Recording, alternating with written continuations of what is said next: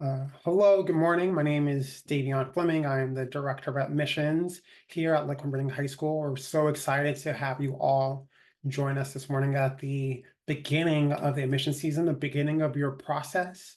We understand that it can be really stressful. It can be quite overwhelming, but hopefully our soft launch today into the season can give you, help you feel a little bit more and calm or just a little better about the process, and you get to learn a lot about Lick today. Speaking of today, we'll just do a quick introductions of the folks from the admissions team. You get to hear from Raj Mundra, our head of school. You'll hear from Kate Wiley, our Dean of Teaching and Learning, as well as a couple other teachers who have spent the time to talk a little bit about the classroom experience and in their teaching styles. You'll hear from students, and then at the end, I'll walk through the admissions process for us. Because it is a webinar style, you'll be able to ask your questions in the chat as we go along, so please do that. Myself and Michelle, who will introduce herself in a little bit, will be monitoring the chat and answering questions as we go along, okay? But without further ado, I'll hand it over to Michelle to give a quick welcome. Welcome, everyone. I wish I could say it's so nice to see you, but I can't see anyone on this virtual call. But my name is Michelle De Leon. My pronouns are she, her, and I'm the Senior Associate Director of Admissions. It is my second year here, but I'm excited to see your families throughout the process. And I'll pass it back to you, Davion. Amazing, thank you. As always, and if you've come to a couple of events so far, I always say that I get to introduce really amazing people, and our head of school is one of them. Raj is in his second year with us, and it's been such a pleasure working with him, hearing his new ideas, and getting an insight view of where he believes our school should be going in the future. And so it's a lot of really exciting things, and you get a little bit of a preview today, and hopefully as you go through the process, you'll hear a little bit more about what we have in store in the coming months, in the coming years. But without further ado, I'll hand it over to Raj, our head of school. Thanks, Davion, and thanks, Michelle, and really thanks to the whole admissions office. We're just starting the season, and this is a very, very exciting time for the school. Thanks to all of you for Zooming in on a Saturday morning, and a special welcome to families who don't know a lot about Lick-Wilmerding. We're unique, and I'm glad you're here to learn a little bit more about our program and our community. Previous to Lick-Wilmerding, I was at a boarding school north of Boston, where I taught biology, I coached football, and led service learning trips to India with students and faculty for 15 summers. And I was an administrator. And I've also lived and taught on 3 other continents. And there's a lot that drew me to Lick. And I now know in my second year that Lick is a great environment for learning. And I'd like to share 3 things about what I have learned so far. One is the mission, the integrity of our mission to be a private school with a public purpose. And this means a lot of things, including access into our program. It's one of the things I'm most proud about is the geographic, the socioeconomic, the talent, the different perspectives, the heritages, all coming together. It's a really incredible learning environment. In our intentionally diverse community, I do feel that this type of environment leads to the highest levels of learning. And so we have that. When you walk into our school, you'll see lots of things, but right in front of you, you would see the Center for Civic Engagement. And that's not by coincidence. It is central to our mission, and it's central to our work. I would love for all of our alums to be informed and active citizens. I think that this has always been important, and I think it's never been more important than it is now for young people to be leaders in their communities. The mission is also connected to our curriculum. And when I talk to students, especially seniors, they just talk about how meaningful the curriculum is. And they point to lots of examples. One is our PPP program that connects authentic service to deep learning. And we make time for it, and it's intentional. And the type of learning that happens for students in those settings is pretty remarkable. So mission is number one. Number two is a little bit more of an everyday thing, which is a sense of belonging. And it is challenging in today's society for young people to just be themselves. Um, I see a lot of performative sort of actions, behaviors on the parts of kids, in part due to social media and sometimes hard for kids to really authentically connect with their peers and their teachers. And we pay special attention to this, and I'm really impressed. It is to have a sense of belonging in a diverse community like ours, which welcomes all backgrounds, is a challenge, and it's also a priority for us. And all of our departments really think about this. I firmly believe that when a student feels like they belong, it also opens up pathways for learning. It also opens up pathways for them to think about themselves and their own growth. We do have and what's interesting for me is the family connection to our school as well. We have a pretty thriving parent association, and we also have many family networks. And in the last couple of weeks, I have been to large gatherings of Black families, Latinx families, East Asian families, South Asian, Middle East families. And last night, the Jewish families were celebrating a Shabbat community dinner. And it's, I think it's important to note each of these events had over 100 people attending. And so I think that type of sort of connection is really important. And the last thing I will say is over the 4 years that your child would be at Lick, I'm just so proud of our outstanding curriculum. It's led by our inspiring faculty. The average tenure here is over 20 years. Our faculty really know their content material well, and they also care deeply about each student and about the Lick community. And how this plays out day after day for a child is results in what I think is a really meaningful curriculum where kids understand and can connect what they're learning to real life issues and ways to be a leader and to take action. We call it our Head, Heart, and Hands curriculum. The last thing I'd like to share before we move on is last year I had 2 words for our community: together and imagine.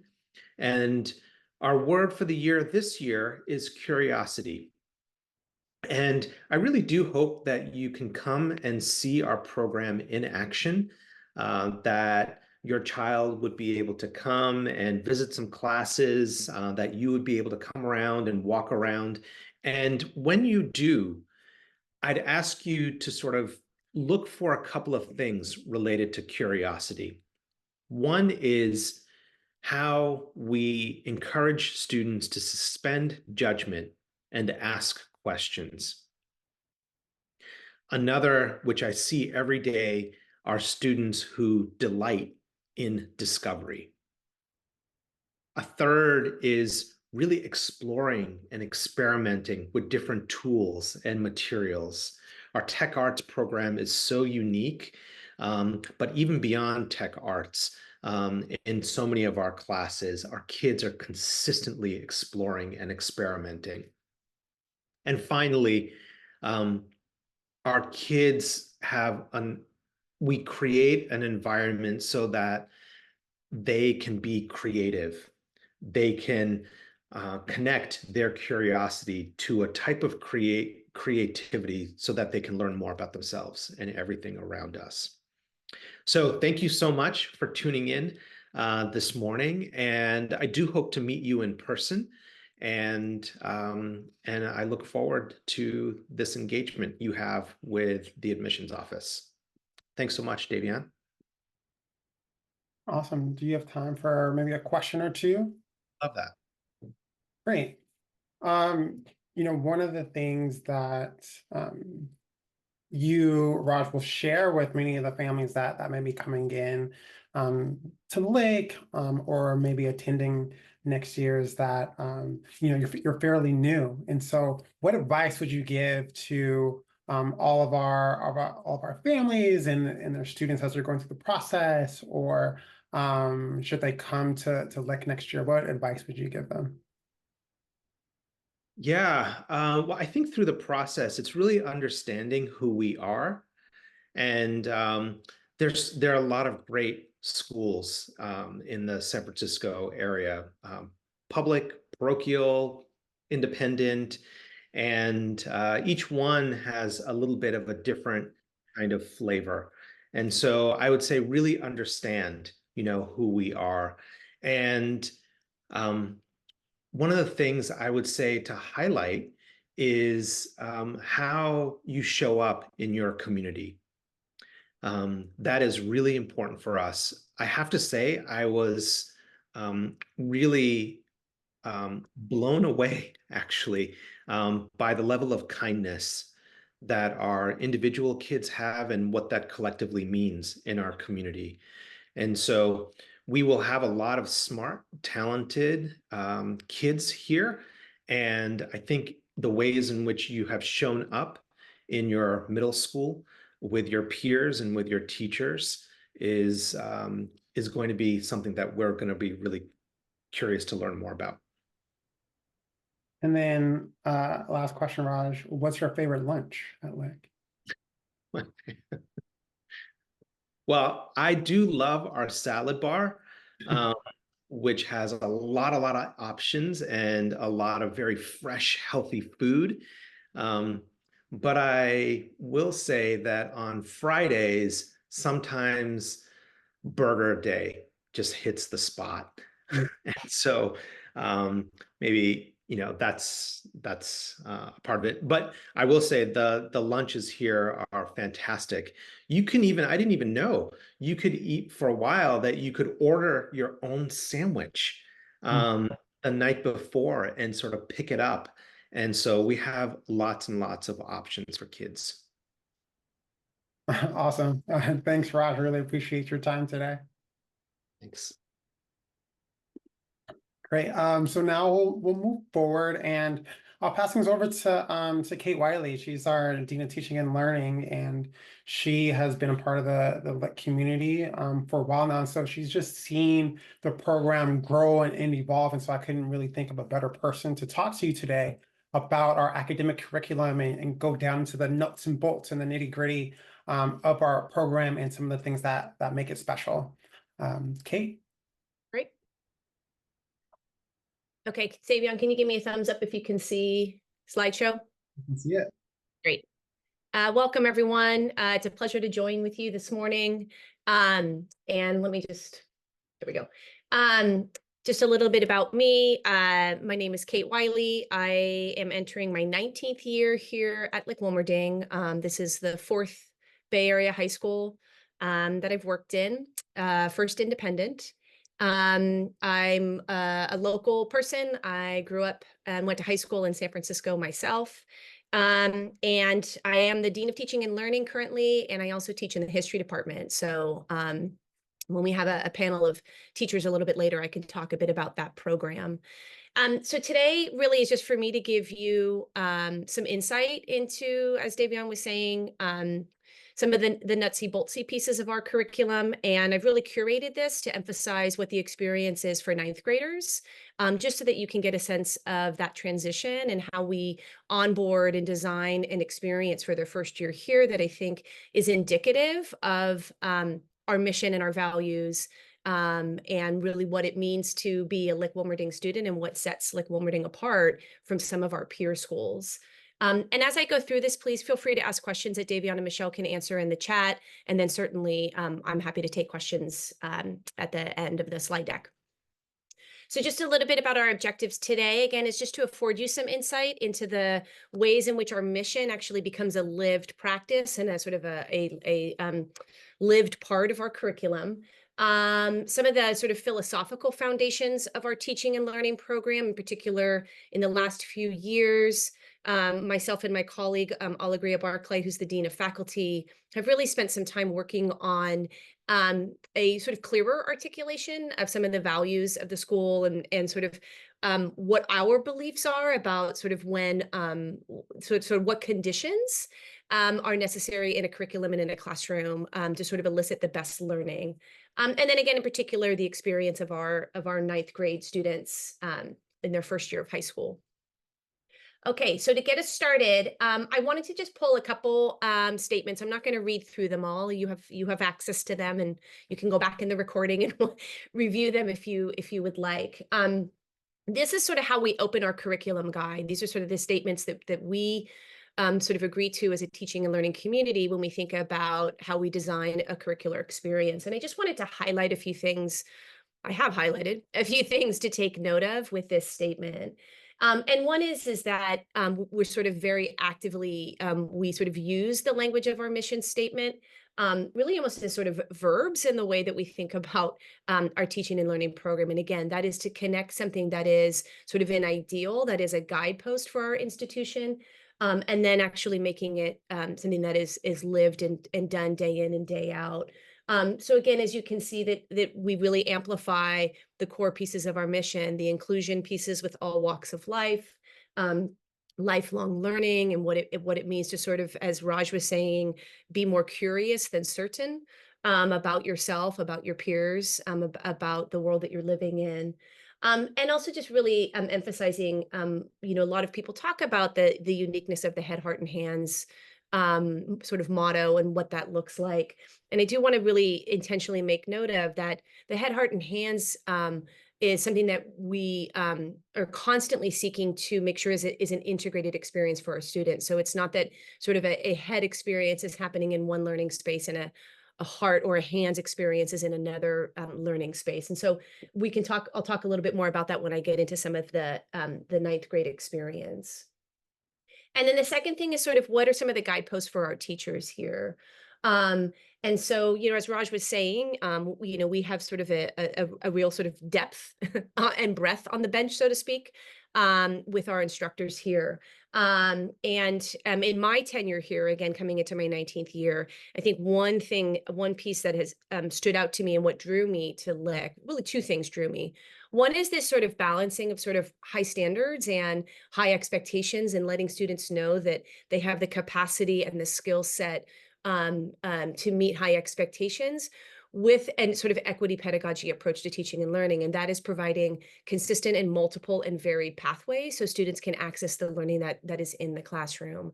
As a soccer coach, and any good coach would say, students often need, or your players often need 2 to 3 passes at information.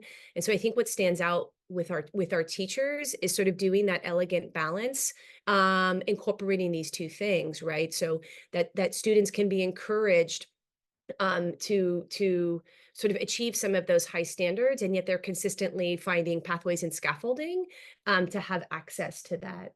A lot of our teaching and learning is marked by what are called our habits of mind, which was some work that the school did about 12 years ago to agree on these sort of 5 habits of mind. We're doing a little bit of a reimagining of some of those habits, calling them actually our values, like the values of our school and the values of our teaching and learning.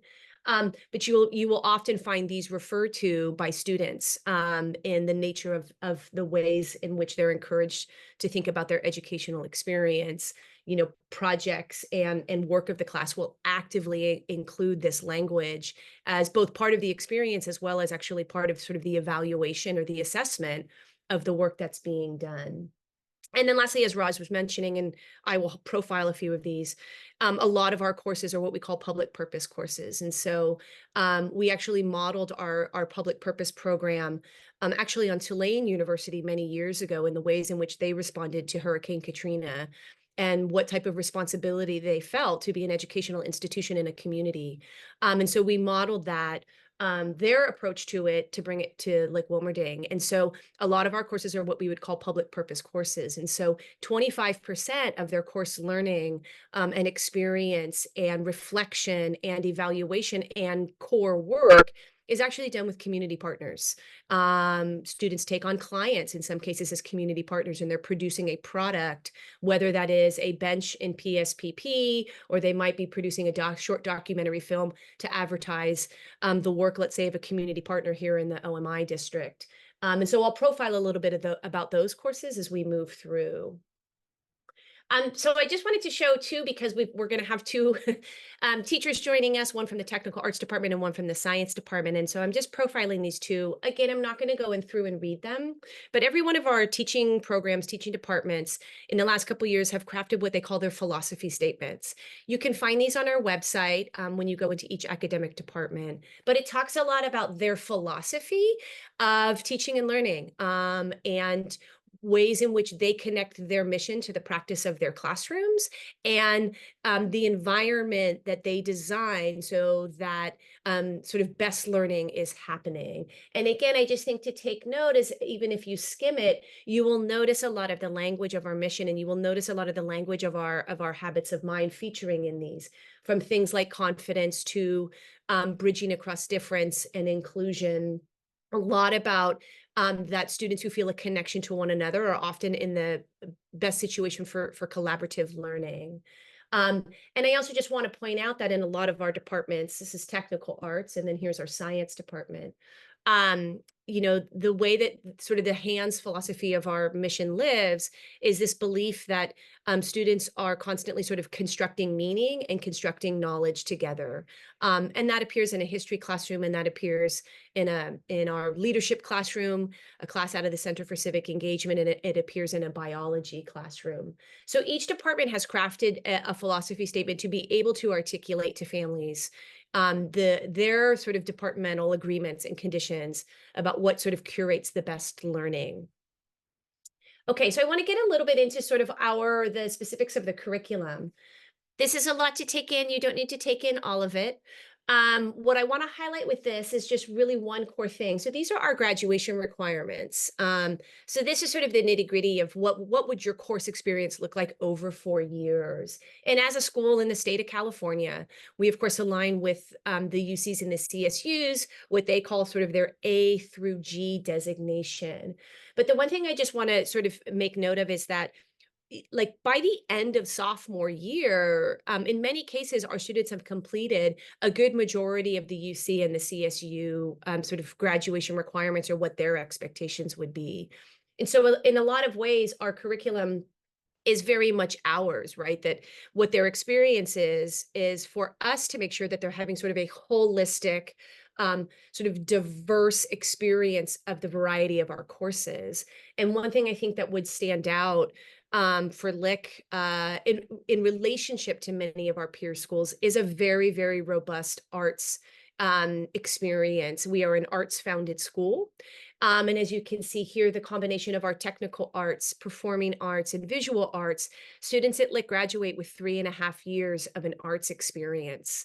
And so you will often find students who take a semester of performing arts will stay in that performing arts program because they're drawn to the nature of that program, or students who take our freshman year of our fine arts program, again, tend to stay in that program and take the G elective courses in junior and senior year. This too is easily available on the website, and there's some materials there that talk a little bit about what our course sign-up processes look like, you know, how many classes students take in a given semester or in a given school year. Okay, so honing in on a little bit on the 9th grade. And again, here, what I'm just giving you is a snapshot of the 9th grade experience. And I pulled some things from different teachers' syllabi and course pages, just so that you can get a sense of what the course actually, like what some of that experience would be. And I've also sort of framed it according to the UC. So when there's a letter like A next to it, that's just a UC designation. So we do not have history. Our department is not a social studies department. It's the Department of History. We do not have history for our 9th graders, in great part because when they start here, they're sort of actively introduced and taking courses within the variety of our arts department, as well as a body-mind education course. And so our history program begins in our sophomore year with modern world history when they're 10th graders. English is a 4-year requirement, and so they do have a year-long English 1 course. As you can see here, the themes of our English 1 course this year with our teaching team are power, love, and harm and healing. And then I've given you a listing of the core texts that the students read. One is a summer text that they read coming into Frosh year. And then you can see sort of the variety of, in sort of the nature of literature, graphic novels to plays, you know, going back to the 17th century, as well as works that are quite recent. So the English department does try to provide sort of a scope of types of literature, and certainly are very attentive to the voices that are represented and the experiences that are represented in the text that they choose. For mathematics, this is our math course sequence. Math is a CUC designation. And I thought it was just important to show you the trajectory of mathematics. And so depending on, you know, placement test, incoming Frosh students land at different places in this trajectory. And so we don't necessarily say we have a singular Frosh mathematics experience, because we could have freshmen in Algebra 2 and we could have freshmen in deductive geometry.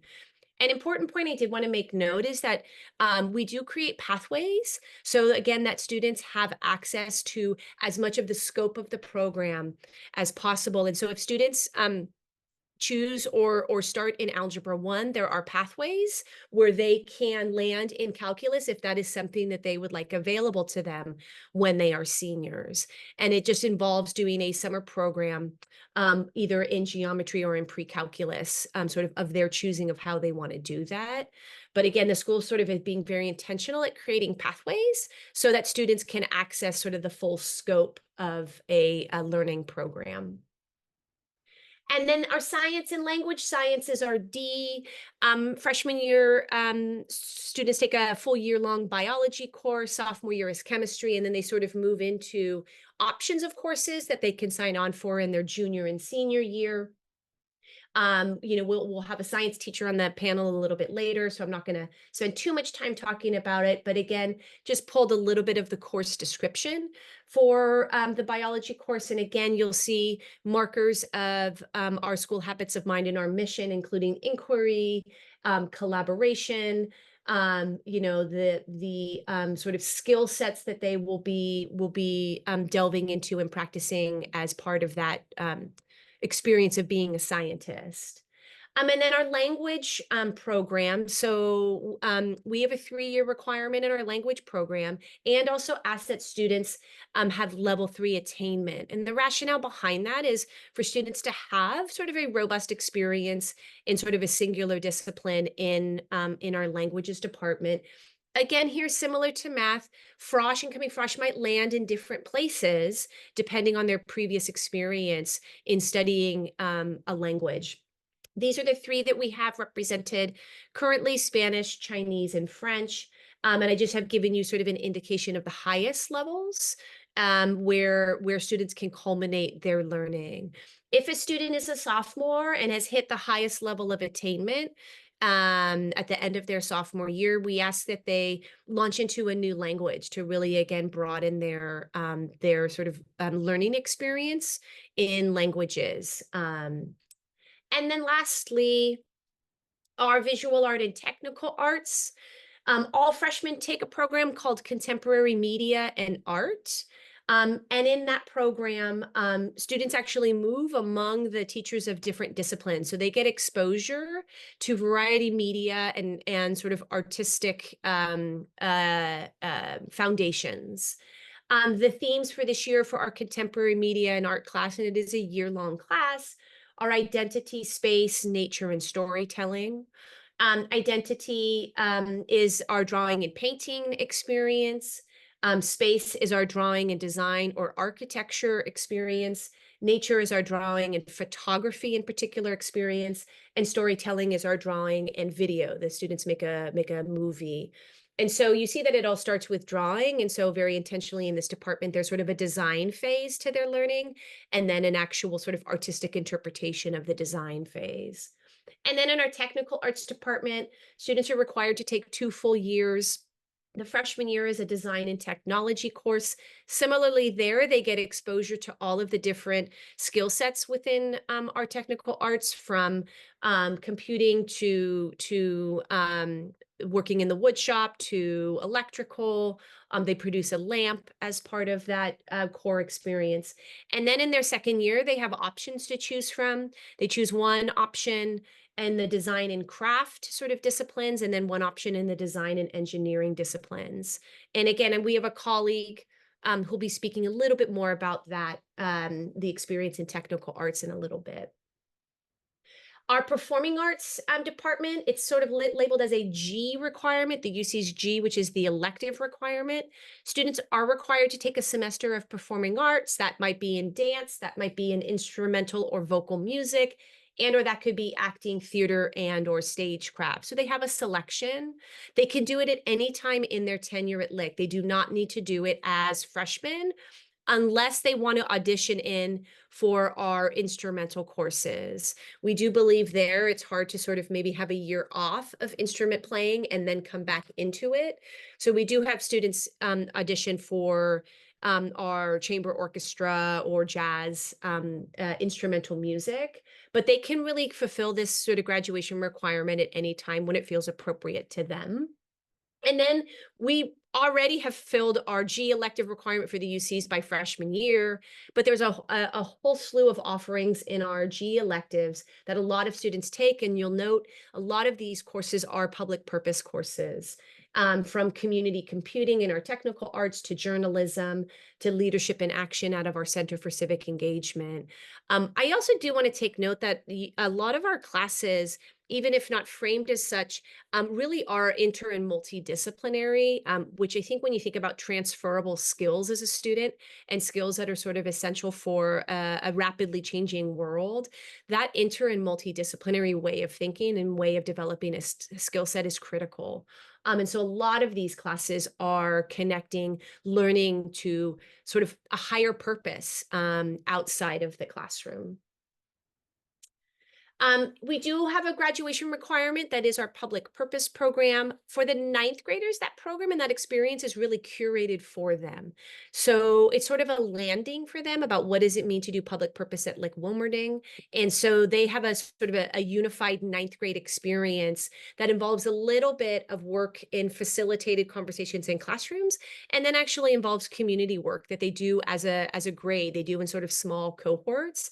It's a great community building experience for our 9th graders, and it does sort of give them a philosophical orientation and disposition about what public purpose means here, to sort of set them on that trajectory for their 9th through or their 10th through 12th grade experience. I just wanted to also profile 2 upcoming initiatives for you all that would intersect with this incoming class of 2029. One is that starting next year, we will have a new FROSH 9th grade graduation requirement, which is a course in ethnic studies. So to give just a little bit of background to that, this was sort of a student-led ask going all the way back to the year of 2020. So it's been fundamentally a student-led initiative facilitated by some adults on campus, but the bulk of the work is now going back to students who would currently be seniors in college. And so that ask initially became what we called an ethnic studies working group. That working group has been in existence really for about 3+ years. Again, mostly student driven, mostly juniors and seniors, maybe a few sophomores. And it's been facilitated by sort of a variety of adults, both in our Center for Civic Engagement and our DEI departments. And what has emerged out of that is the school's commitment to this initiative and to a graduation requirement.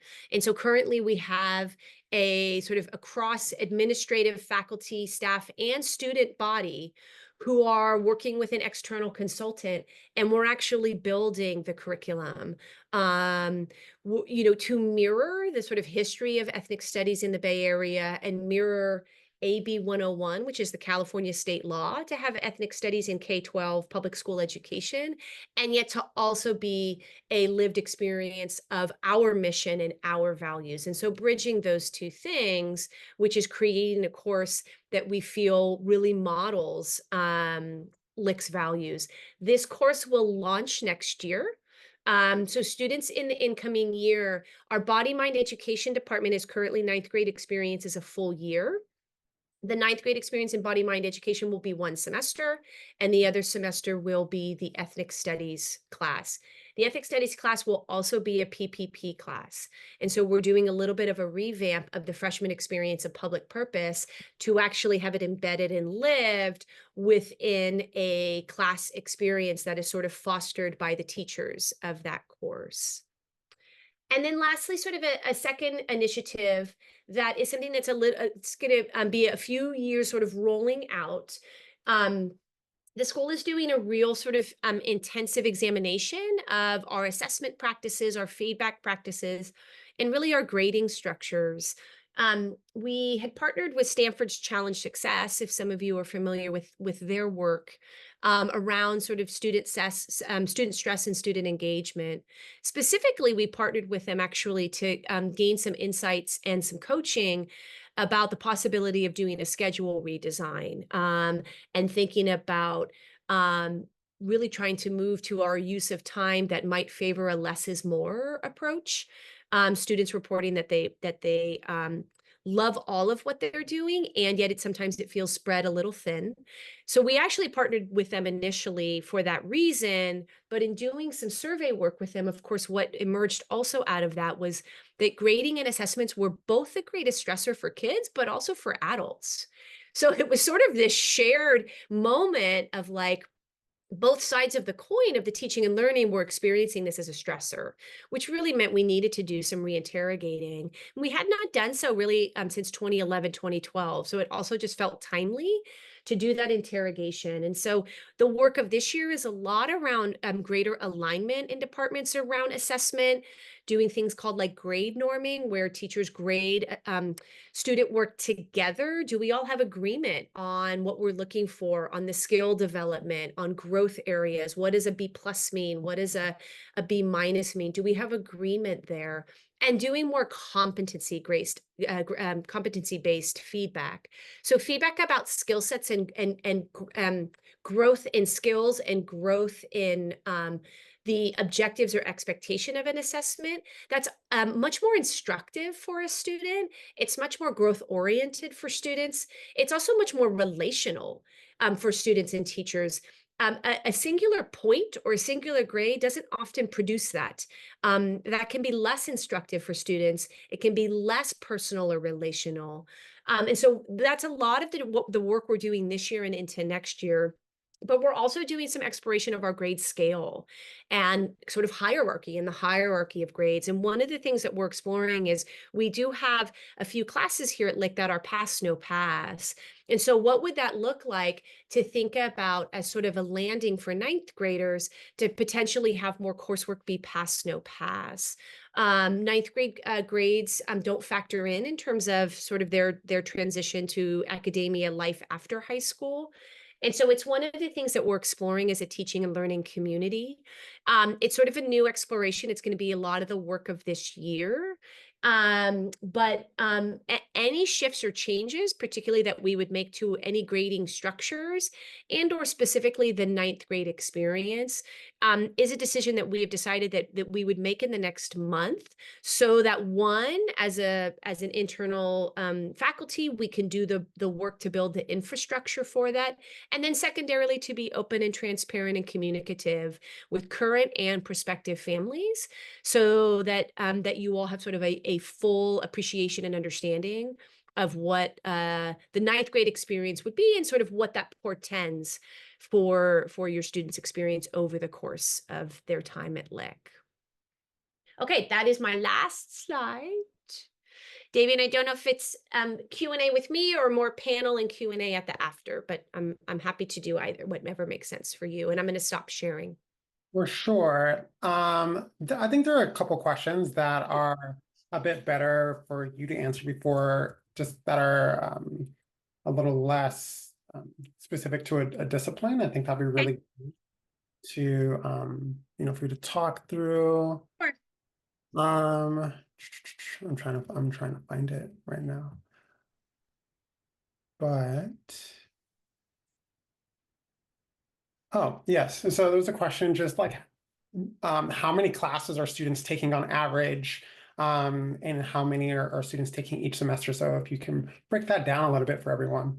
Sure. So on average, I would say, so freshman year students take 7 classes. That is the sort of the built-in nature of the curriculum. They could potentially do an 8th if it was a performing arts. I would say that really where that tends to most live is in the instrumental music. Then after that, for sophomore year, one of the semesters of sophomore year, students take 7 because they have a human sexuality component. I would say both in freshman year and sophomore year, there are a few classes that are pass, no pass. They have some homework component, but it's not necessarily a consistent practice. And then for our juniors and seniors, it really sort of depends. And so I would say, I don't know the numbers for this year. I can give you the numbers for last year.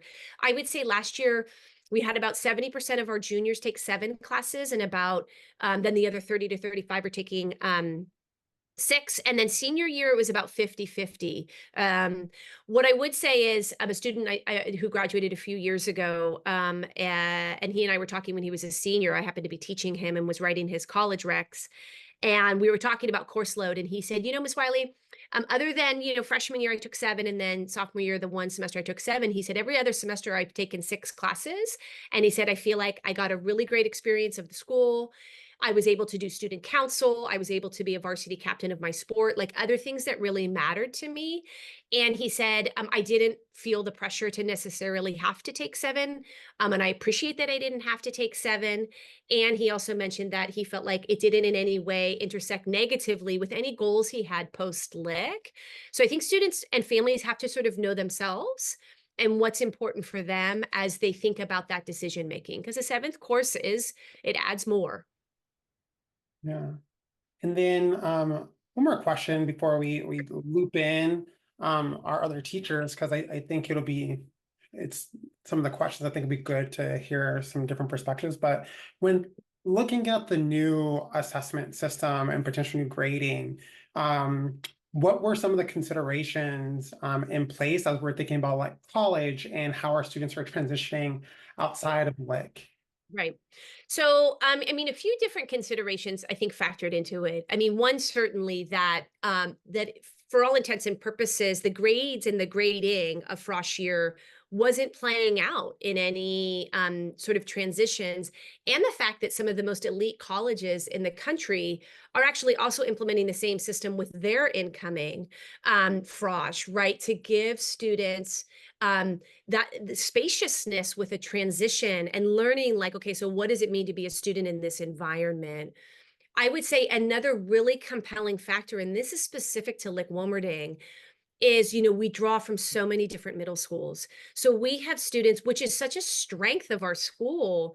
And I think is, again, like mission driven, that we might have 70 different middle schools represented in a frosh class. But to take all of these different experiences and backgrounds and unique skill sets and sort of ways that they've thought about doing school or understood school in their middle schools, and then we push them into a singular system without that spaciousness does not feel like our system is aligned with our values. And that's a miss for me if our systems are not aligned with our values. So that was sort of a second compelling reason. And then I think the third really compelling reason is both students and teachers. The student-teacher relationship here, I would say, is incredibly strong. I think like students feel seen and known and valued by their teachers. There's a lot of like checking in the hallways and all of those things, but grades create this transactional experience. And so really moving us to an experience where the frosh are still getting concrete, clear feedback on skill development, on assessments, but they're getting it in a way that is, again, about competencies and is not about this point should mean something to you. And we do believe that learning to do that and letting go of old, very traditional hierarchical grading systems that sort of are, I think, outdated actually will allow us to be more innovative in the ways that we assess and do feedback with 10th, 11th, and 12th graders. So I think it opens the door to needed conversations about deep teaching and learning. So those were some of the compelling factors as to why we're doing this exploration right now. Amazing. Sure. I'm going to invite Andrew Kleindoff, Mr. Kleindoff, and Gillian, Miss Ashenfelter, Miss A, to join us in our discussion here. I'm going to try to pin you all to make it a bit easier here. So Gillian and Andrew, can you introduce yourselves? So name, I just spoiled that for everyone. What department you teach in, how long you've been at Lick, and maybe your favorite thing about your students. Yeah, so my mic's already off. I'll just jump in here. So my name's Andrew Kleindoff. He, him. I teach in the technical arts department. My specialty is circuits and electronics, but I am the curriculum sort of holder for the design and technology 9th grade course as well. And I teach that. And I'm actually doing some metal shop work in that particular curriculum. This is I'm starting my 22nd year at Lick, so it's been quite a while. And I've had a lot of different hats on, but I've just found it amazing. I mean, I'm working at Lick primarily because of the students. I was teaching college and I came to Lick and I just found the students like so delightful. They just charmed me immediately. And then I just find the school so interesting. It just doesn't sit in one place. It's constantly innovating. It's constantly challenging its teachers with new things and new opportunities. And so for me, the job has just never gotten boring. It's never gotten uninteresting. So I just kind of stuck with it. And I find the students just keep being so interesting and innovative. Did I cover all your questions? Yeah, I think you did great. Okay, okay, thank you. Gillian Ashenfelter, she, her. So I am in the science department. I teach the 9th grade biology course. I am the team lead for that course. And I teach an upper level field and lab marine ecology course. And I have been at Lick since 2006. You can do the math. It's a long time. Andrew and I have known each other a long time. And I think, so I tell this story at back to school night a lot, that I used to teach at a middle school in San Francisco. And there was this magical realm where my most creative, interesting, engaged students sort of landed, and they made their way to this place called Lick-Wilmerding High School. And I was like, where is this? Where are all these amazing, fun, creative, engaged students going? And then there was an opening and I applied, and I've been here ever since. And I agree with Andrew in that we are a very innovative, very open, very creative community. And our students are immensely thoughtful. They care about the relationship. And I think one of the things we strive for, especially in the 9th grade biology program, is relationship first. And we just really have fun with learning and engage with each other and get to know each other and value all the diverse perspectives. And it just makes our conversations that much richer. And our science program is so fun. As science changes every day, we get to constantly learn the new things, and sometimes students teach us those new things, and sometimes families do, and it's a great place to be. Awesome. This question is a bit for all of you, or all of you don't have to answer, but there were a couple of questions about AI and how you are thinking about integrating AI into your lessons, or how are you utilizing that? How are you teaching students to, possibly use it as a tool or not, in your classrooms and in your lessons? I can quickly speak to that, just that it's another tool. And so we say, if you use it, we need to know. So just like you would cite any other thing, you would cite your AI use. We have certain assignments in the science program where we are actively asking them to check out AI, see how it does with this task, and then see if they can do better or see if it provides the best route. And so it's, again, just citing a tool, using it to the best of our ability to adapt to the world that's changing. And I keep honestly wishing that AI was a little better, because sometimes I'll be like, oh, do this thing for me. And I'm like, oh, I guess I just have to do it. So I think that's the goal for the students too, is learning where it can help and where it has its limits.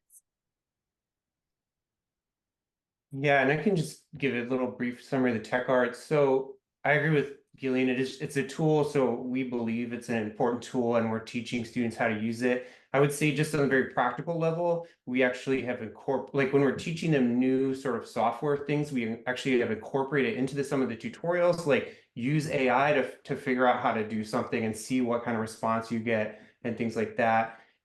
It's a tremendously powerful coding tool, especially for beginners, but we are obviously letting our students know that if they become overly reliant on it, they will actually stop learning that thing. So figuring out how to use it as your assistant, as your learning assistant, that's kind of the key to using it.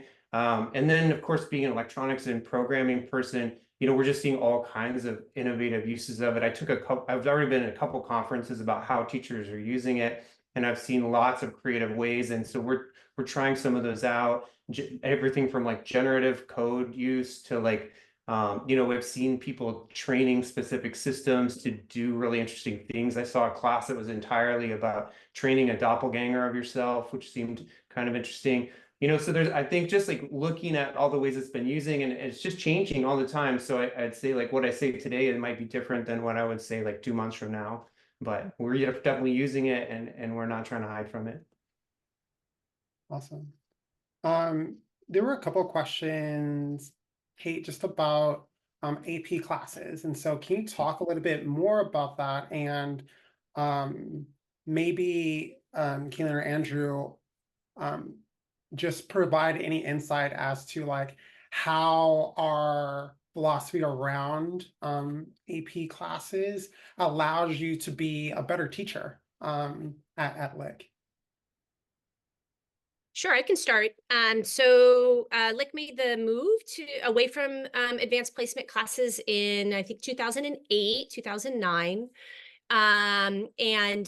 There were a number of reasons for that. I would say the most core reason, and Andrew and Gillian can speak about this, was really the reality that the quality of teaching and learning at Lick was such that what depth and breadth, and I think the term at the time used was rigor, like what that looked like we had a caliber of teachers who were curating that in their own classrooms. And so to not use prepackaged curriculum from the advanced placement from the College Board, but to really move away from that, and for us to really choose the trajectory and the nature of our curriculum. So that was sort of a compelling reason to move away from the APs.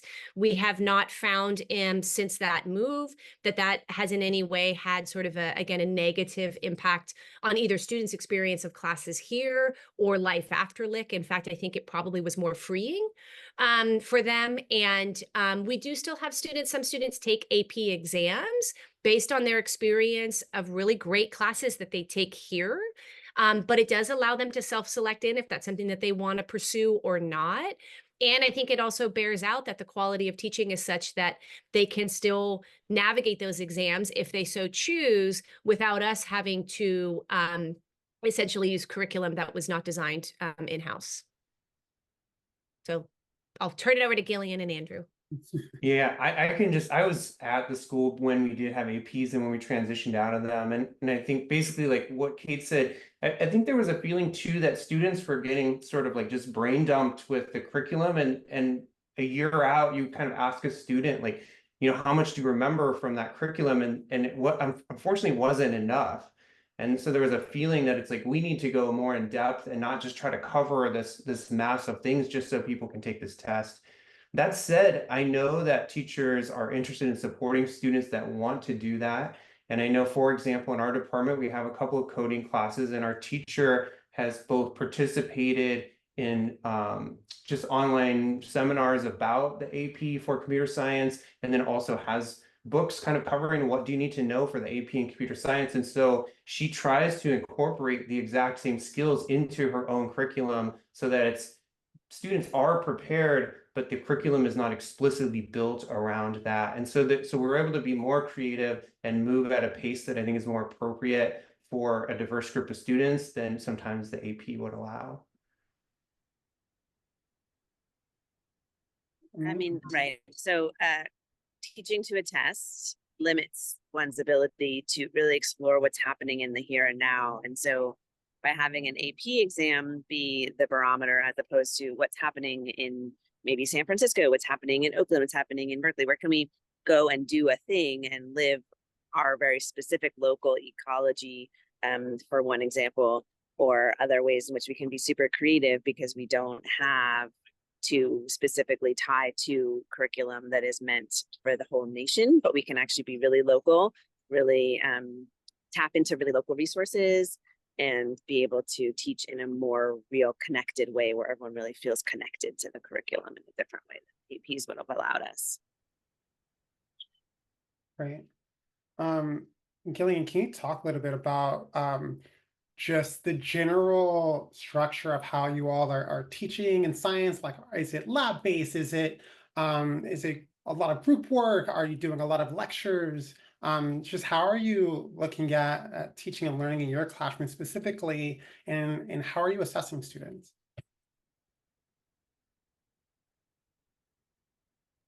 Right. So yes, collaboration. Yes, lab work.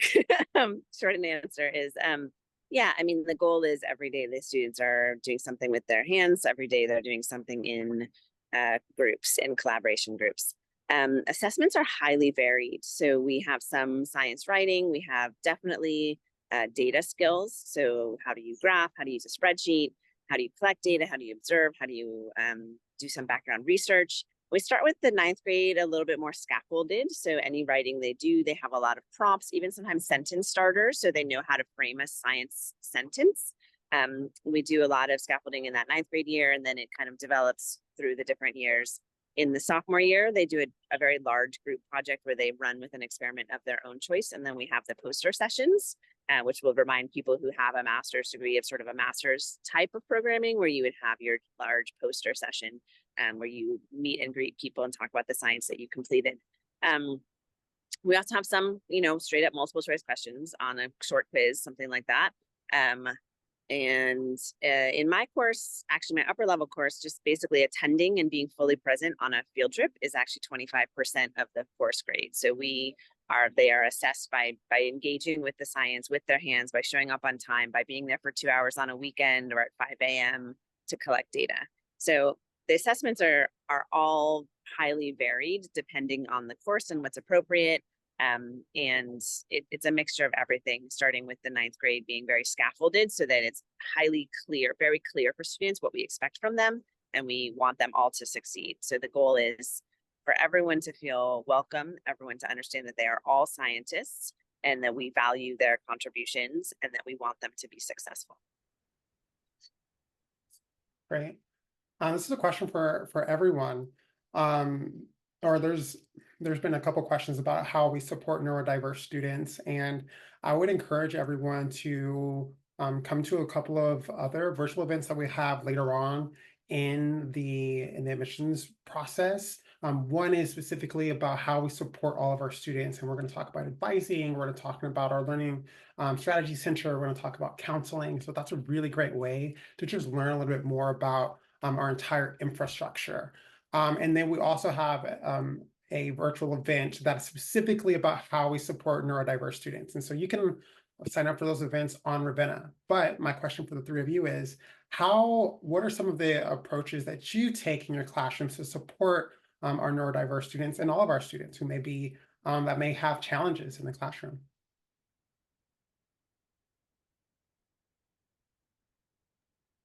Okay, so I can just talk about tech arts a little bit. I mean, one thing about tech arts is that I would say it all by sort of its nature actually does appeal to a wide range of learners, because it's both, there's many technical aspects, but there's also a lot of kind of intuitive things that we do. There's a lot of drawing and design, and it is very visual, it is very hands-on. So I think one of the things I've noticed is when I get the learning profiles about different students, some of those that seem to have many challenges in their learning profile have actually either no challenges in tech arts, or they actually excel.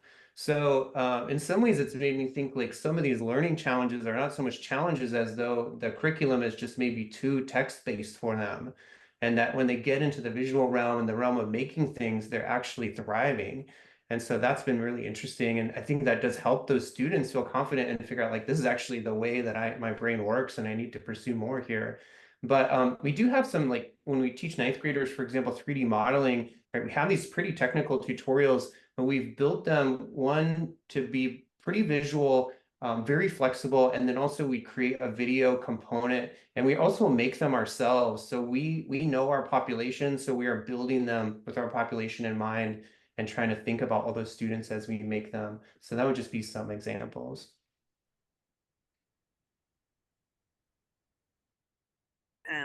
I would say that, of course, right. So the events I mentioned, we have a very strong learning services department, and they help students to share their specific needs if they have them around test taking or seating preference or things like that, or handwriting versus tablets or other things. And as a teacher, it's a lot about just having so many different ways that you bring in your subject material. So you use your hands, you act it out, you talk to each other. All of those things are just part of what we do every day in our collaboration and in our lessons. So we also get to know everybody. The goal is the relationship first. So by getting to know each student, we can then have them share with us honest feedback about what isn't working for them in the classroom, so we can adjust. Yeah, I mean, you want me to share or no? Go ahead, Kate. Just real quick, the director of our LSC, Winifred Montgomery, I had the privilege to work with her at our last school together. So I've worked with her at 2 institutions. And I think the way that what I appreciate about it is students' agency and voice, and in particular, asking for something that they deserve. And the way that Winifred frames it, that I try to remind students of like, this is something you deserve. It's like, I wouldn't make you take your eyeglasses off in class so that you couldn't see the board. Like, why would I do that? And so if this is something that you need to access what's happening in the classroom, like absolutely and always. And so I think students really developing that voice and agency over their time here is really applicable in so many other aspects and areas of their life. And really, it's something that all of our students benefit from, not just students who necessarily work heavily with the LSC. Right. Just a few more questions here. And Andrew, I'm going to throw the technical arts department page in the chat for everyone. But if you can just quickly go through what the requirements are for technical arts at Lick, and an example of a couple of different electives that students can take. Yeah, so all ninth graders take a full year-long course called Design and Technology. And that class has a fall that's really focused on design and sort of getting introduced to the concept of design, 3D modeling, prototyping, planning. And then in the spring, it's all building. And so it's getting introduced to all the tools. And then the main project is what you may have heard referred to as a lamp, though we have rebranded it as a glowing object to expand the creativity that might be applied to it. But it really introduces students to woodworking, metalworking, programmable electronics, and lighting things up, and as well as some digital fabrication along the way. After that, they have to take 2 courses. So they would have a minimum of 4 semesters total before they graduate. And those 2 courses can be, one has to be in design and craft, one has to be in design and engineering. So for example, design and craft, they might take the wood joinery and turning class, or they might take we have a jewelry making class, we have a fabrication, or it's a sewing class using different fabrics. If in the engineering one, they might take like a device invention class, which would use single board computers, and they would program different interactive things, possibly robots, possibly Internet of Things type projects. We have a class that is around 3D printing and algorithmic parametric design. And so they might use like some different software to create algorithmic geometry, and then they have to 3D print that. And there'll be some different challenges around that. So there's just a couple examples of what we do. Amazing. Kate, you introduced to folks ethnic studies, and so some of the questions that I got in the chat were just about what do you expect some of the topics that will be covered in ethnic studies for our ninth graders? So yeah, so we're at the beginning stages of sort of building that curriculum, and are working with a consultant who has built ethnic studies, was on the ground floor of doing it with the state of California and has done it at a lot of our peer public high schools. So right now, the kind of the phase that we're at is sort of like what does it mean like to have a class that is both rooted in sort of like storytelling, right? So some of the heart of ethnic studies is about unearthing those stories and those experiences and those narratives that actually complicates our understanding of either sort of a history and how history unfolded, but also complicates our understanding of even current events and current issues. And so what we're sort of in conversation about right now is what are those stories, excuse me, how much space to make for students to sort of connect with and identify with those stories, how much space to make for them to also be able to bring in their own stories and their own voices, and yet also to sort of really honor the history of ethnic studies in the tradition is also what is that historical context, right? Because context matters. And then because ethnic studies is so relevant for the Bay Area, what connections, are we making there? So that's sort of on where we are in the ground floor. Come April, I will sort of know more about the arc of the curriculum. We have very much agreed, and for teachers, this always feels a little nerve-wracking. We have agreed it also needs to be flexible. So in other words, it's an evolving curriculum. And kind of like Gillian was saying earlier, when something different is happening in the scientific community, your curriculum flexes to respond to it. That's essential for ethnic studies. And so it's not going to be like, these are the 5 units and that's it, and that's all that we're doing. It's actually going to be quite open-ended to be responsive to who are the kids in the class, what are the makeups of the different sections of the classes. And then it is also going to be a PPP course. And so we are exploring right now community partnerships and what those connections will look like for students as well. So the curriculum also needs to meet the need for what the community partnership will look like. It's sort of like professionally, it is so lovely and creative to build. I've never built curriculum with 8 other people simultaneously in the room. There's science teachers, there's folks from the Center for Civic Engagement. So like that is so phenomenal. And right now, the first process we're doing is actually how do we build a decision-making process for our team to ensure that all voices are heard and that the curriculum is truly a collaborative product and not a singular loud voice in the room. Amazing. Last question for all 3 of you, and sorry for folks in the chat. We tried our best to get to a lot of different questions, and I've also kept our teachers beyond the time I told them that I would keep them. So one of the questions, and I thought it was really great to end on this, how do you know you've had a great day at work?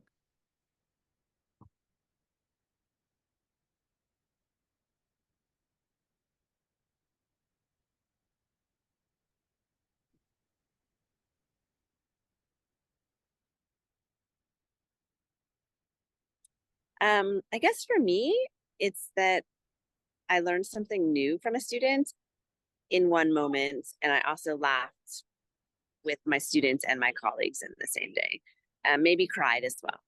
So just kind of, I am someone who really loves to connect what we're learning to our own individual, everything about us, our experiences, our person, who we bring, our families, our backgrounds. And so when we can connect like that and then maybe cry a little bit and then laugh a little bit and then make a connection to the science we're learning, Those are kind of my best days when I go home and say to my kids or my husband, gosh, this really funny thing happened and I learned this new thing today from one of my students. Or I had this moment where I questioned my own thinking about something because one of my students brought a new perspective to me. So I think those are kind of my best days. And here I'm about to cry thinking about it. That's how I am. Love it. Andrea, you want to share? Yeah, sure. I mean, for me, it's all just often about the little things. I mean, there's just so many moments of beauty and just kindness that I see throughout the day, and just like little interactions with my colleagues and with my students that are so fun.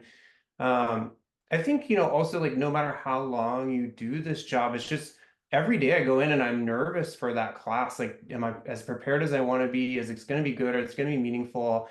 And then when the day is over, if I can look back and say, yes, all those things were true, and I could feel it in my students, like that was a great day. I think for me, one thing that I can share, like this year I'm teaching seniors. I'm teaching a course that I haven't taught in like 12 years. So I'm like, pretty much I've just reimagined the course because the world has changed. And I'm teaching mostly kids I don't really know. I mean, I know them well as an administrator, but I don't know them well in a teaching and learning. And I call it the lingering, right? So like class is over and it's like lunch. And like our lunch line can sometimes be long. And the seniors always want to be first.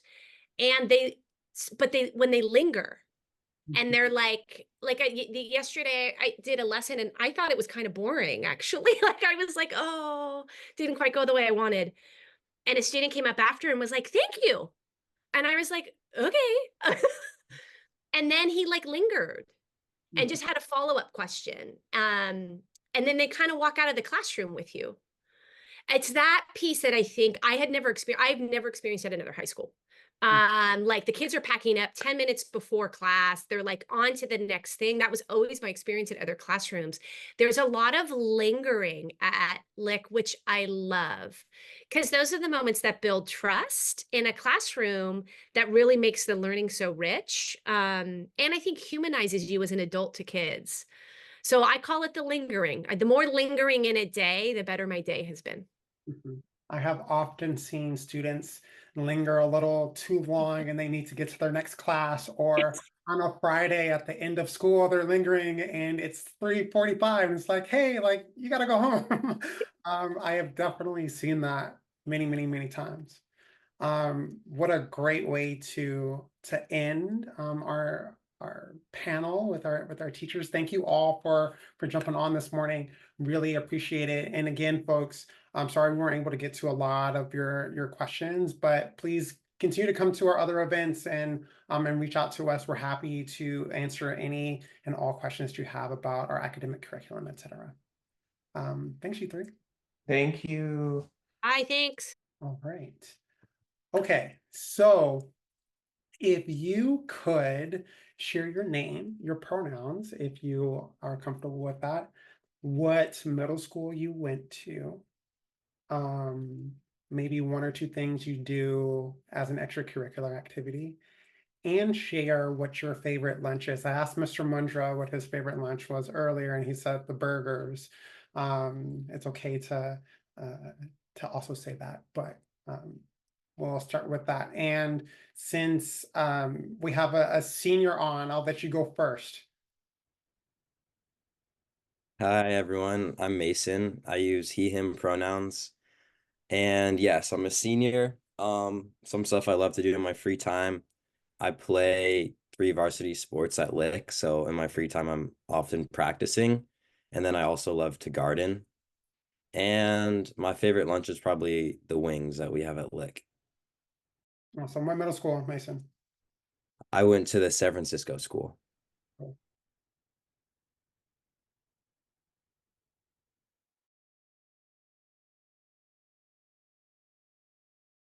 How about our juniors?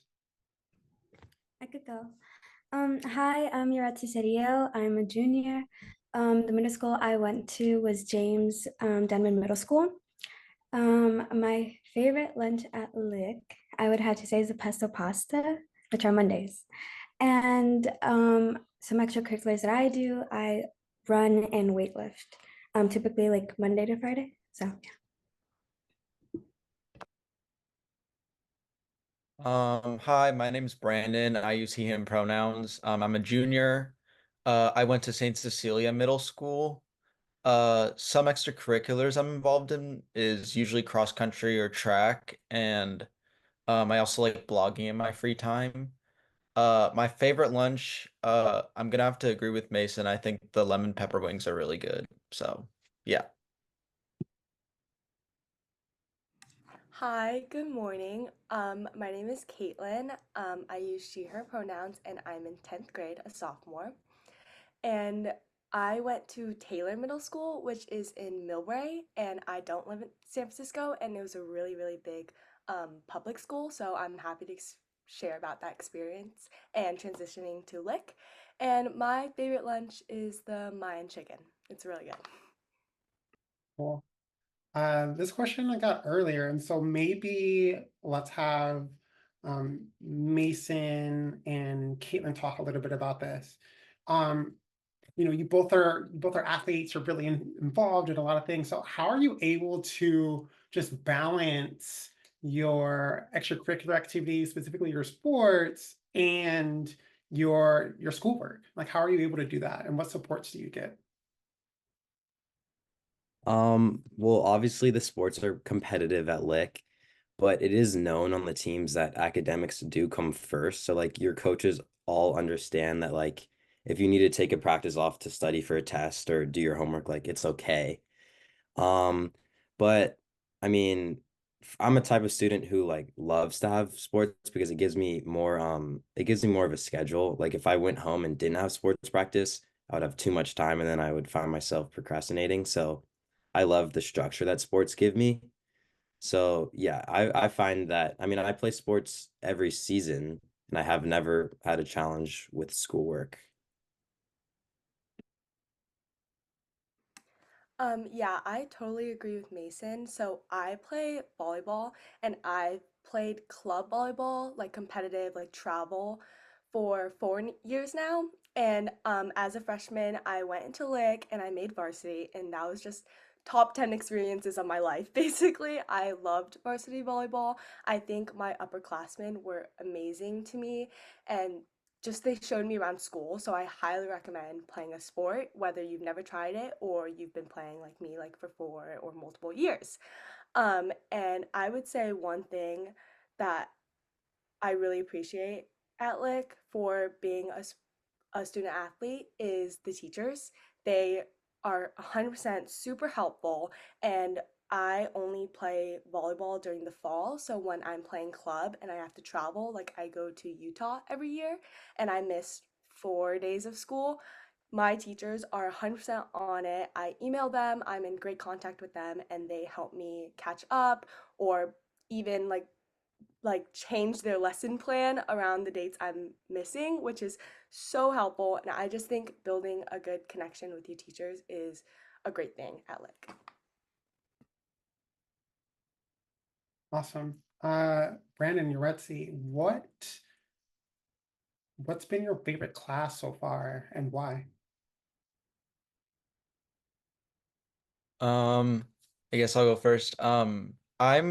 I'm very into like film and filmmaking, and that's sort of like the career I want to pursue. So especially like I would say film one. I'm gonna participate in film two later in the next semester, but just in general, like the arts classes I think are really immersive and they really let you uh like express your creativity in ways that you didn't think you were able to. Like usually when my first expectation going into this class was that there was going to be a lot of boundaries and you had to find a way to sort of, I guess, find your creativity within all these limits. But I think especially like with all of like the specific lesson plans they give and the types of homework they give, it really allows you to um like create something that's very personal. Then at the end of the course plan, they'll involve some sort of community-based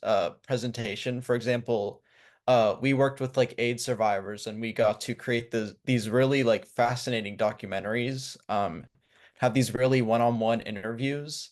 And not only is the process of filmmaking like a really awesome experience that I don't think you get at a lot of high schools. But you also get this personal connection with your interviewee.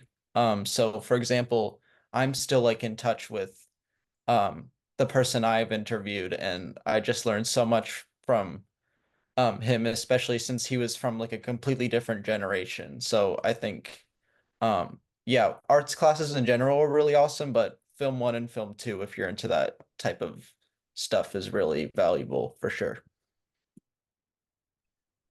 I think for me, I really loved all the classes I've been in, but I think like one class specifically that like I know I will think of like 10 years in the future, like it doesn't really matter, like that will stick with me forever, as my sophomore modern world history class. I love that class. First of all, like the group of people there, like it was just a vibe. And I think more than anything, like my teacher, Mr. Vicanya, he was amazing, truly like the passion that he had for what he was teaching was something that you just knew right away. And it was just such a fun class. And I think especially like, I mean, he's Latino, I'm Latina. Me and my friends also had that class. And we would all always kind of like talk to him about like being Latina and like what that meant in terms of like history and what we were learning about. And just in general, like I feel like I learned so much, and like my world view like changed so rapidly, like even just from like one homework reading. And I still see him around. Sadly, I don't have his class anymore, but whenever I see him, I'm like, oh my God, hi, how are you? And overall, it was just in general, like such a wonderful class academically, but then also like, you know, history and it becoming like this personal connection between some of my classmates that I hadn't known before that class was something really special. And I think is such an integral part of history that I didn't get in my previous history classes. Cool. Can a couple of you talk a little bit about homework? How much time are you typically spending on homework? And I think it would be helpful to help folks know like what kinds of homework are you getting, or you know, some of you came from public school, Brandy came from parochial Catholic school, and so maybe giving a flavor of like how homework at Lick is a little different than the homework that you might have received in middle school.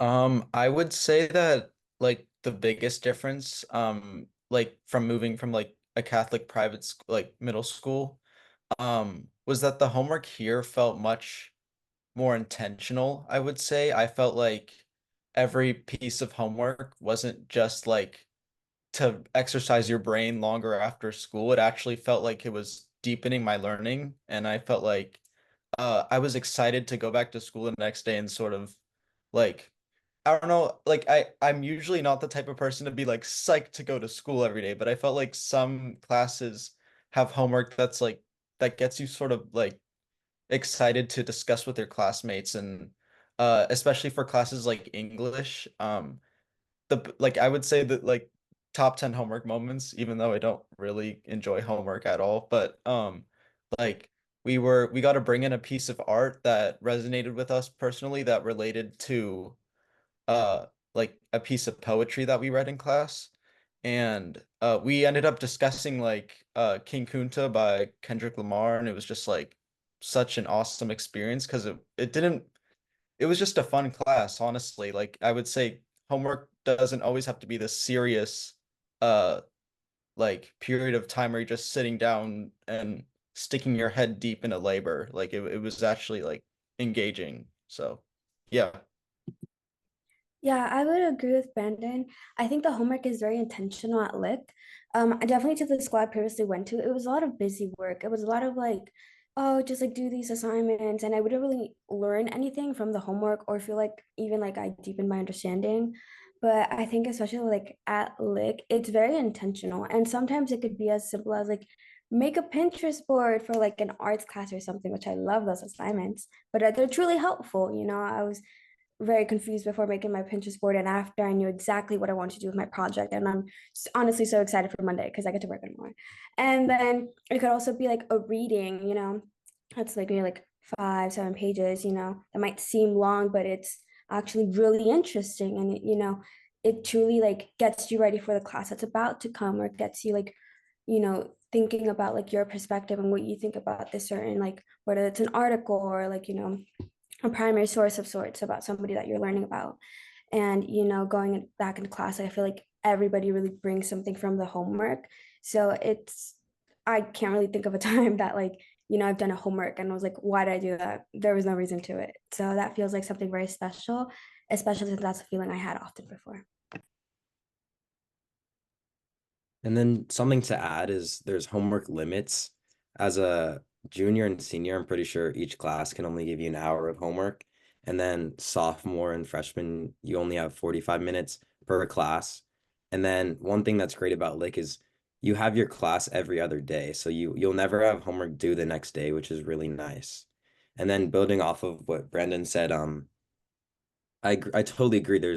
For some of my more discussion-based classes, I often find myself pretty excited to go into class to share what I've learned from my homework, from my readings. Like my history and English classes are definitely more discussion-based. So yeah. And one last thing to add is that coming from my middle school, I've never taken an art class in my life, and I was kind of thrown into Lick, an art school, which there's so much more to Lick, 100%. But as a freshman, you do take arts, and that was definitely my hardest class. I find myself spending a lot of homework on the arts because I'm also like a perfectionist, so never doing it before. I was like, why am I not as like why is my artwork not turning out as good as someone who has taken art class for like 6 years? What's going on with me? But I just truly loved CMA as a freshman, and that struggle like really taught me how to be creative. And without like I would have never pushed myself to go like out of my like safe zone. But just to add, like I thought going into like my hardest classes would probably be like the maths for me, because math is a subject I struggle at, but the teachers are all amazing and helping you. And for me, arts was a great struggle, like a good one. And so just kind of based off of the calculation that Mason had mentioned a minute ago, would it be safe to say that in the 9th grade, most of the time you had about 2 hours of homework a night? Does that sound about right? Kind of depending on the time of the year. Of course, when it's really busy, you might have a little bit more than that. And then junior, senior year, hovering around like 3 hours, right? Is that about right? Maybe a little bit more, maybe a little bit less. What's that, Mason? I would say like probably a lot less. I mean, you get time throughout the day. There's tutorial and then you have a free block. And like, especially if you're someone who plays sports, I would recommend like you do as much homework during the day. So then when you get home, you don't actually have too much. Especially like if you have a game one night, like I would try to do all my homework during the day, and like that's totally possible as well. Awesome. Okay. I have a really great question, and I'm going to ask you, and maybe a couple of you can answer this question. And so, I think that as we continue to move along as a society, our identities are becoming a little bit more multifaceted, right? And so the question is, do you feel like you're able to embrace your full selves and the multiple identities that you hold at Lick?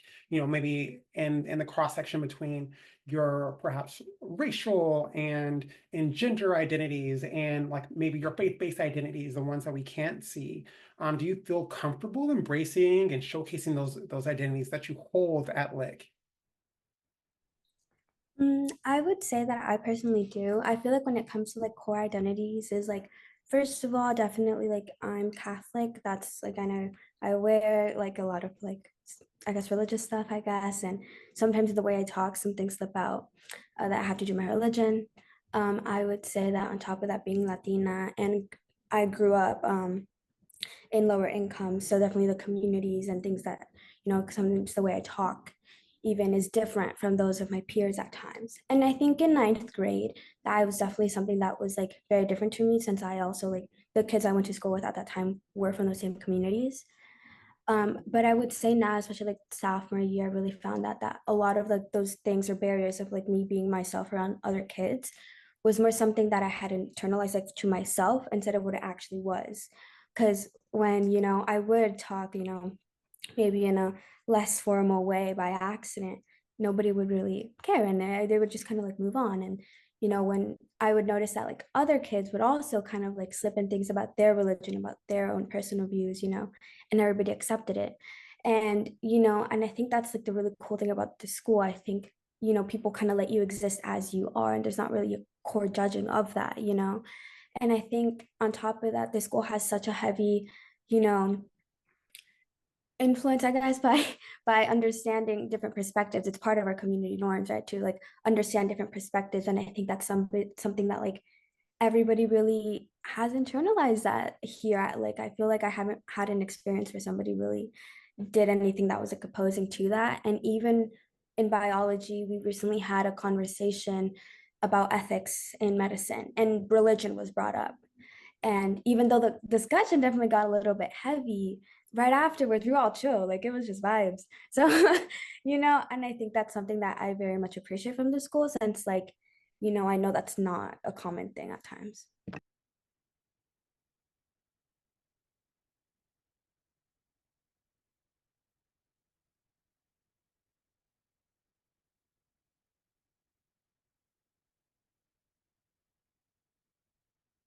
Anyone else?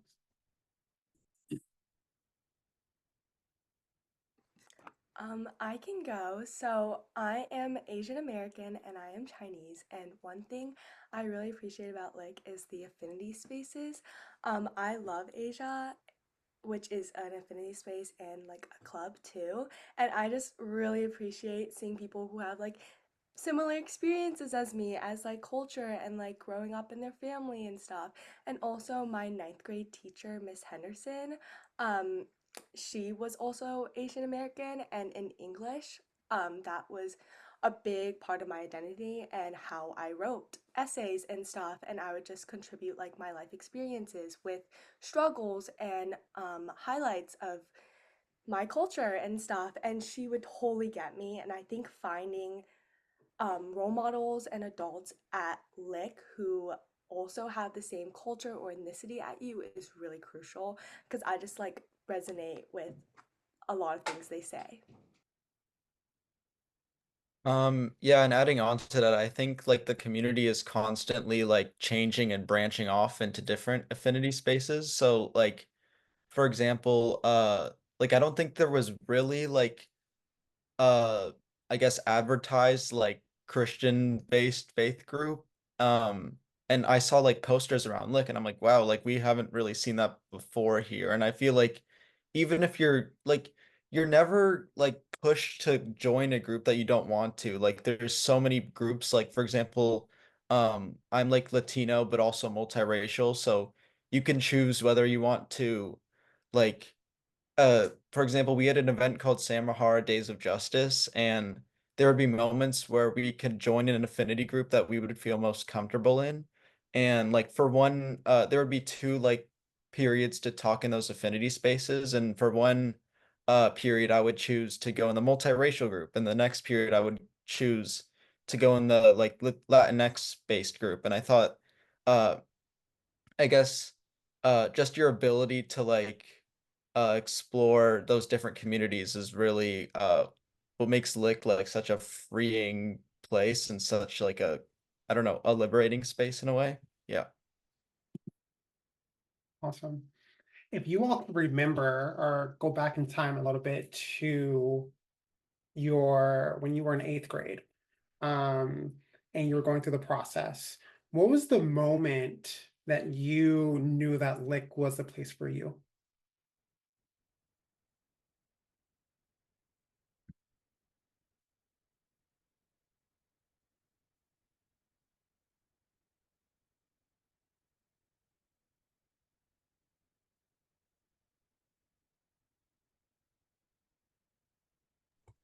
I could go, I guess. Um, I think for me, it was two moments specifically. One, because my middle school was like right near Lick. I kind of passed by Lick like almost every single day. but I didn't know it was like a high school. So one of my friends who was applying to private schools at the time, she was like, "Eretz, you gotta apply. You gotta like check out the school. Oh my God." And I was like, "Wait, that school's a high school? Like what?" And I ended up looking at it online, and I remember like seeing like the academics page and the public purpose program pages, and I was like, "God damn, this is my school. Like this is for me for sure." And then that was like the first moment. I was like desperate, like I need to get to the school. And then I remember the day that I actually shadowed after I had applied actually, and I had gotten in, but I was still like, I was still in between like, wait, like what if like I go and it's bad and I don't know, right? And maybe I'm not gonna like accept my acceptance. And but the second I walk in, like my shadow was there. And not my shadow, I mean my shadow host. Um, Julieta, I remember her, and she was so nice. And right away, she brings me into her friend group because all her friends were there too. And it was like I had like a bunch of older sisters, and it was just like so cool. And like the environment in the school was so different from what I was used to. And I was like, yup, I am accepting that acceptance. Like, I need to go here. And I just kind of knew, like, this is a place for me. And I had chosen right and applying.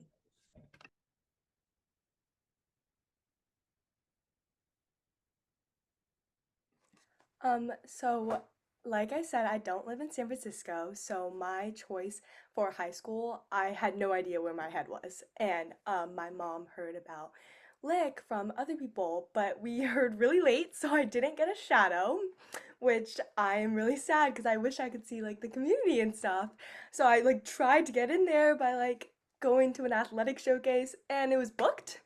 So my mom was like, email Davion, like, please let me in, please, like, we need to see this. And for some reason, they were like, we can squeeze you in. And I'm really grateful to this day. And immediately I walked into the campus and it was like an hour athletic showcase and I didn't even talk to anyone. I just like saw Elliot Smith, which is our athletic director. And I saw a student panel too. And I just heard these students speak about how passionate they were about Lick. And from that one like hour showcase, I was like, I really like this school and this is a great community. And I could already tell by just seeing like Lick kids' faces and how they present themselves. And from there, I was like, okay, I'm gonna apply. But that was the only experience I had getting to know Lick community. So my application might have not been the best, but I just talked about myself and who I am, and I guess that worked. And to this day, it was very bold of me to choose this after only going to one athletic showcase, but I never regret that, and I love Lick a lot.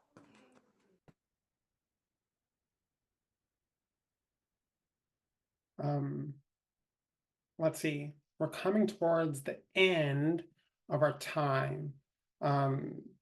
But I'll ask maybe one more question. Brandon and Mason, if you can just quickly talk a little bit about your transition coming into Lick and what you found to be really helpful in that transition. For me, transitioning into Lick, I mean, I would consider myself a pretty shy student, so I was obviously like very nervous, but I decided to join like a sport season the first before Lick, so I played water polo.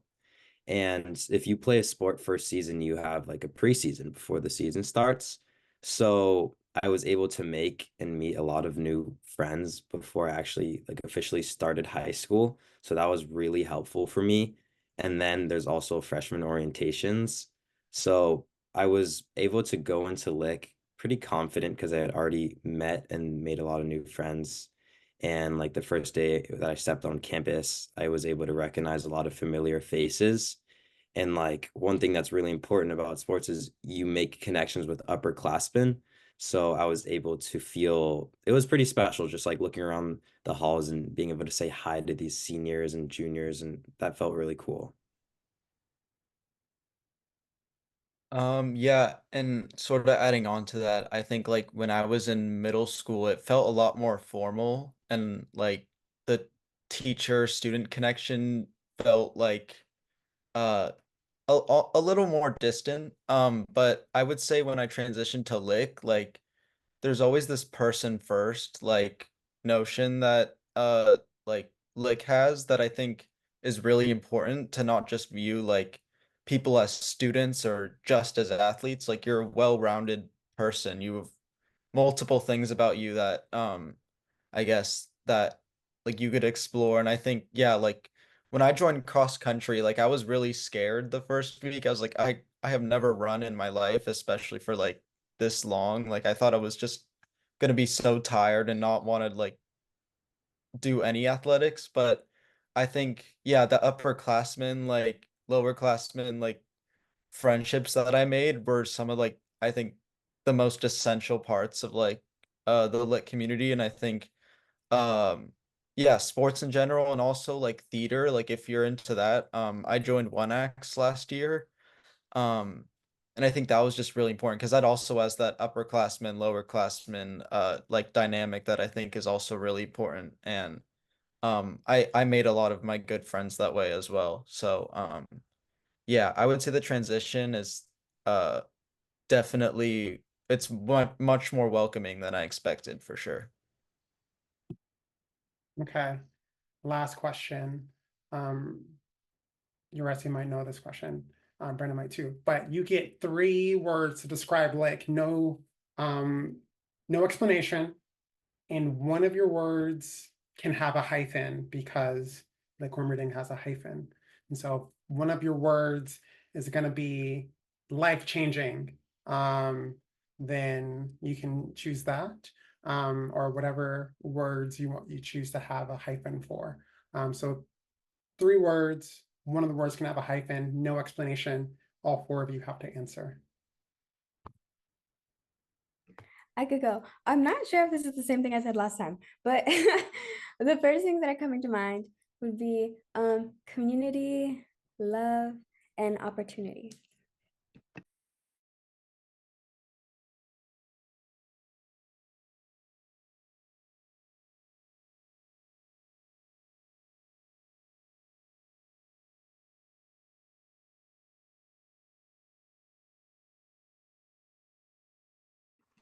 Okay, sorry. Sorry, you could go. Okay, my 3 words are passion, family, and food.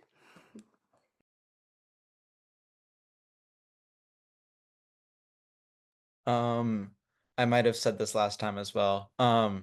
Experimentation, welcoming and ambitious. I was gonna say community, fun, and accepting. Very cool. Well, thank you all for hopping on a Saturday morning to hang out with us. It was really, really great to hear your answers to all the questions, and have a really great weekend. Bye, thank you. Later. Thank you, bye.